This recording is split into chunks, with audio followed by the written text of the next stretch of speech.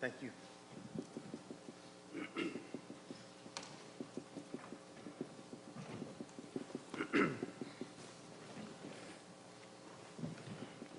All right, quick reminder before we get started, if you would please remember to silence your cell phones. We will have wireless microphones on either side. Raise your hand. We'll get a mic to you. Please give your name and your affiliation and then to whom you're directing your question. Right now, and again, we apologize for the slight delay. Right now, we're joined by LSU's offense with offensive coordinator Steve Ensminger, quarterback Joe Burrow, wide receiver Justin Jefferson, and wide receiver Jamar Chase. Coach, we'll start with you with just give us an opening statement on getting to Atlanta and bowl preparation so far and how the trip has been to this point. Well, the trip has been great. It's been a great season, obviously. We're excited about being in the playoffs and everything else. We're excited about playing Oklahoma. It's a great matchup. From watching film and everything else, it's two great teams. That's going to put on a show, and looking forward to it. But the trip in Atlanta, and thank you, has everything been special. It really has. Excellent. Thank you, Coach. All right, for the players, we'll just go down the row, starting with you, Joe. Just talk about what your experience has been like so far. And I know you guys got to do the Battle for Bowl Week event last night and tour the Hall of Fame. What was that experience like for you guys? Yeah, it was a lot of fun. You know, we were here last week as well, and so it was nice to come back. And the Family Feud last night was a lot of fun. It's been a great experience, but we're here to handle business. So we're excited for this game. We're excited for this matchup, and we're just ready to go. I think we loving it right now out here. We're having a lot of fun with the guys. But as Justin said, we came out here to handle business. But, you know, we're taking care of all the fun stuff right now. And then once that's over, we're going to get to work. All right, thanks, guys. All right, at this time, we'll go ahead and open it up to questions, and we'll start right here in the front row with Scott. Scott Rabley with the Baton Rouge Advocate. For Steve, I'm just wondering what your younger self would have done or enjoyed doing in this offense as a quarterback. Well, back in the Stone Ages, we didn't do this kind of stuff. But it is fun. It's fun for a number of reasons. It's fun because there's a number of guys sitting next to me that can make those plays. There's no doubt. It's fun as an offensive coordinator. You go years, I think it's my 38th year of coaching, to coach a quarterback like Joe and to have receivers throw the ball to and have running backs like we have. It's a special year. And so I would have loved to have been through this, you know what I'm saying? But I don't think this offense was thought of back then. All right, next question. All right, right here on the aisle, far right. Hey, Coach, just curious, how gratifying has this year been for you? How much have you enjoyed this year?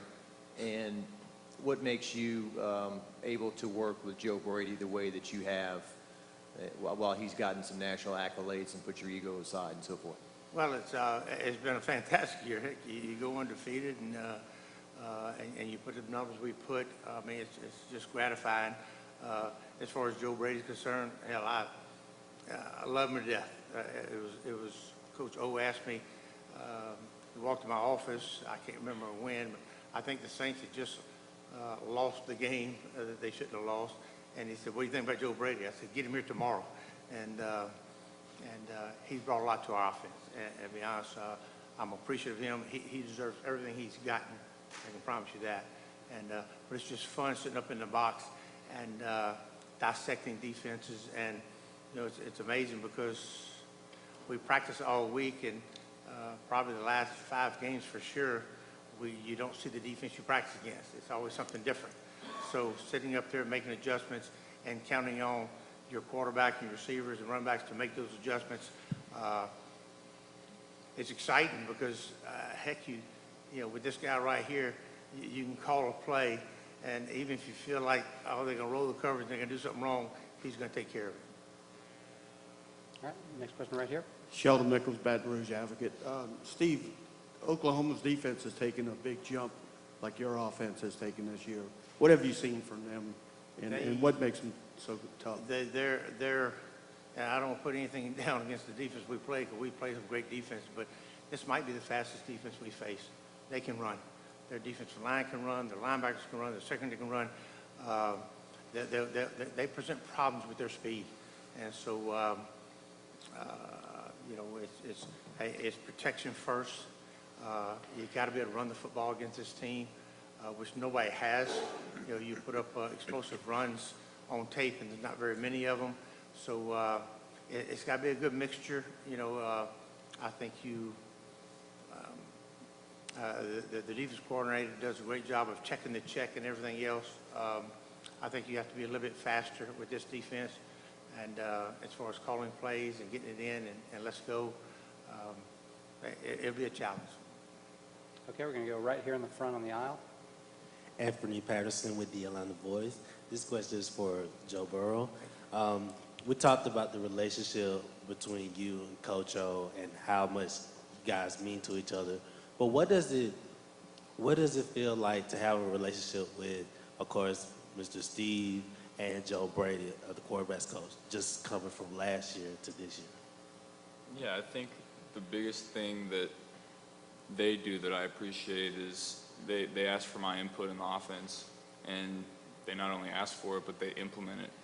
And, you know, Coach Ian, Coach Joe come to me on Monday, ask for ideas, and they'll be in the game plan on Tuesday. And then Thursday and Friday, I'll get a play sheet and cross out the ones I don't like, and they won't call it. And so it's been a great meshing together. Okay, we're going to go all the way back here in the back left. Matt Trent, ABC Baton Rouge. Coach, during this year, with all the success that you've had with both Joes, Brady and Burrow, has it made you rethink the longevity of your career, maybe extending it a little bit further than maybe what you had thought before the season started? Well, hell, I'm young. Oh, hey, no, hell, I'm 61.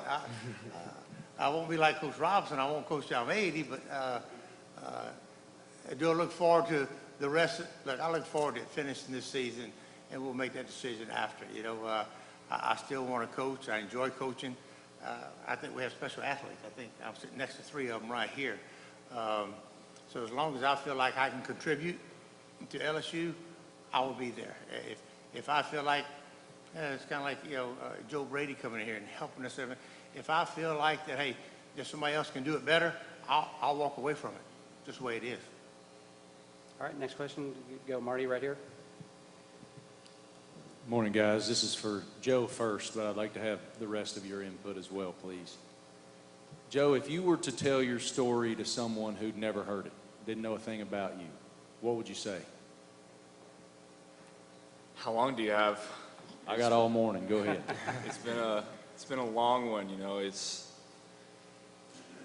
think that's kind of been the story of the college football season, with 3 of the Heisman finalists being transfers and having long roads and battling through adversity. You know, I just try to leave a legacy of hard work and leadership and loyalty, and let the rest take care of itself.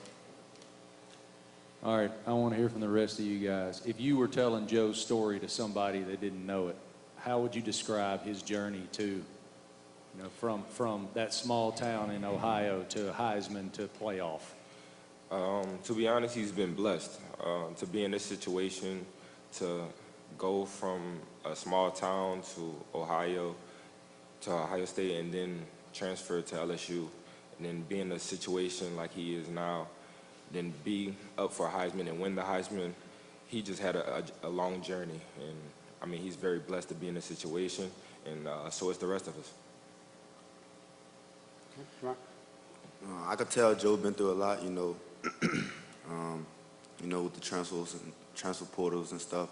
But, you know, he's a hard worker. You know, he comes in every day ready to work, you know. So with a quarterback like that, that means he's great, you know.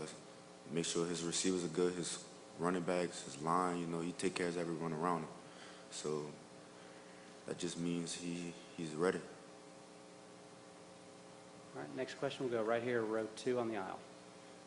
Glenn Gilbo, USA Today, Louisiana. Steve, are y'all practicing as if you might not have Clyde, just in case? And what do you think of the other 3 backs and what kind of job they might do if you don't have Clyde. I'm excited about the other three backs, don't get me wrong. I do believe we will have Clyde. That's my opinion. Coach O and Jack don't confer with me that much, but I think Clyde will be there. If he's not, we have capable backs. Ty Davis is a bull runner. John Emery can make people miss in space. Chris Curry, I think Chris Curry, runs the ball hard. You saw him at the end of the game last week or 2 weeks ago. Runs the ball hard. He's very, very secure at the ball. I have no problems with our backs if Clyde's not there, but I truly expect him to be there. Right here, second row. Charles? Charles Odom, Associated Press. To follow up on that, Joe, and the receivers as well, if you are having to rely on some young running backs, do you feel that puts more pressure on the passing game side of your offense? Well, Clyde is, Clyde is a running back, but what makes Clyde so good is you can't cover him with a linebacker. Teams have to go dime or to put another safety in there, another DB to cover Clyde, and then we can run the ball down their throat. So Clyde, is super versatile and puts a lot of pressure on the defense. And we're not going to change our offense if Clyde isn't out there. Our offense is our offense, and those guys will step up, and I know they will, and they work hard for it. But Clyde is a big part of it. Justin? Like Coach said, next man up. So if Clyde was not with us, we definitely have faith in Ty, John, and Chris. So, there are some good backs. They're not here for a reason. So, we rely on everybody. So if Clyde was so happen not to play, we can rely on the other three backs as well. Jamar? Throwing in a freshman just to play a game, they should look at it like every other game. If Clyde isn't there, it is next man up, and I think our guys will be ready for it. All right, other questions? All right, we'll go back here to the front. Joe, $482,326 have been raised so far on Facebook for the Athens County Food Pantry.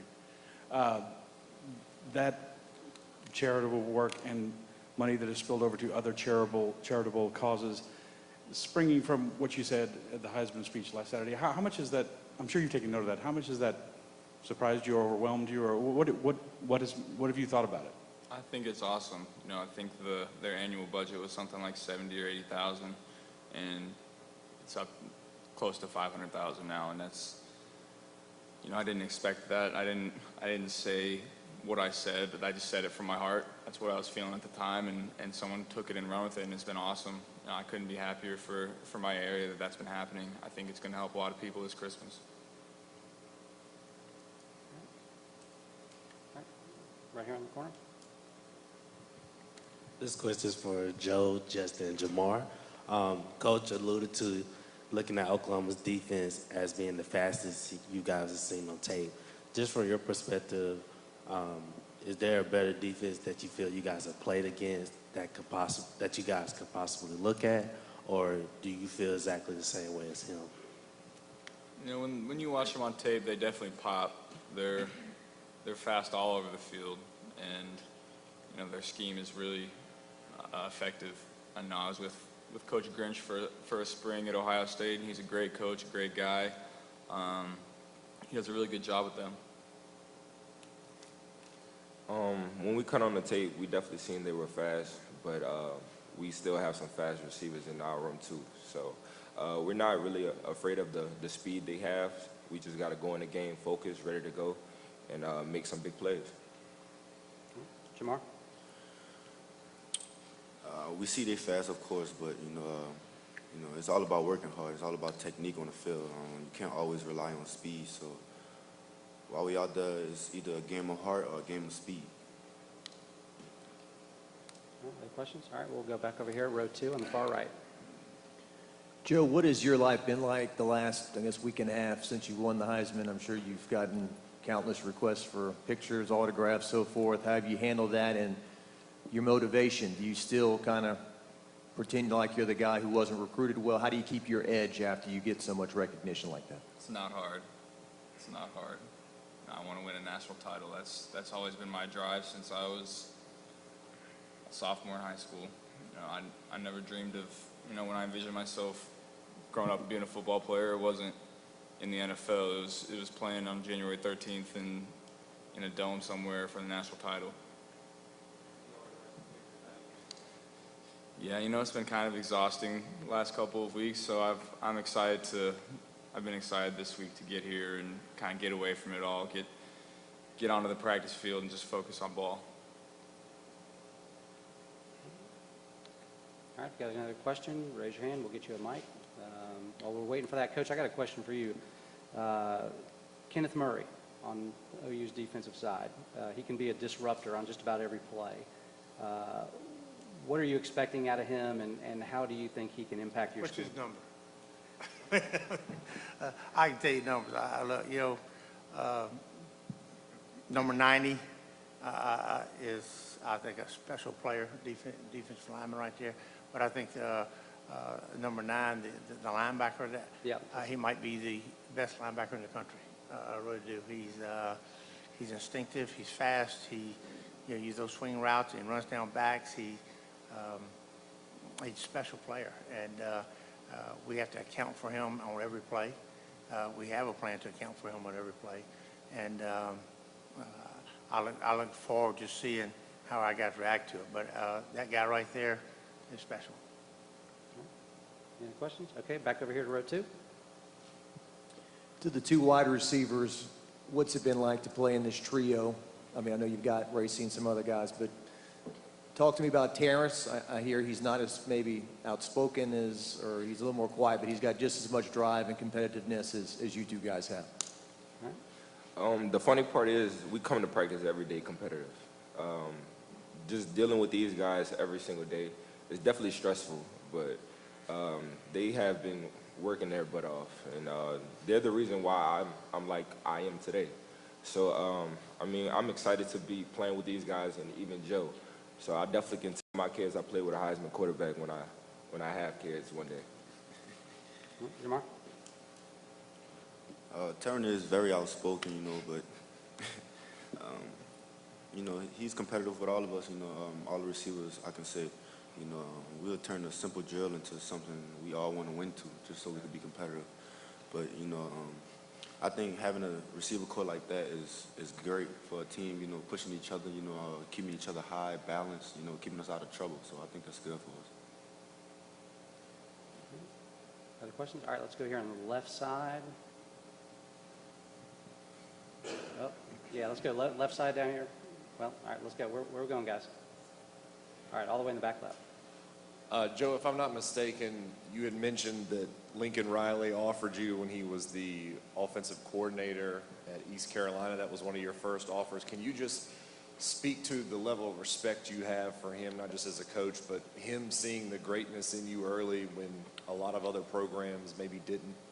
Yeah, so my only offer at the time was my dad's team, and I didn't really think that was a real offer. I thought it was just my dad's team just throwing an offer out there. And Coach Riley called me and then offered me a couple months later.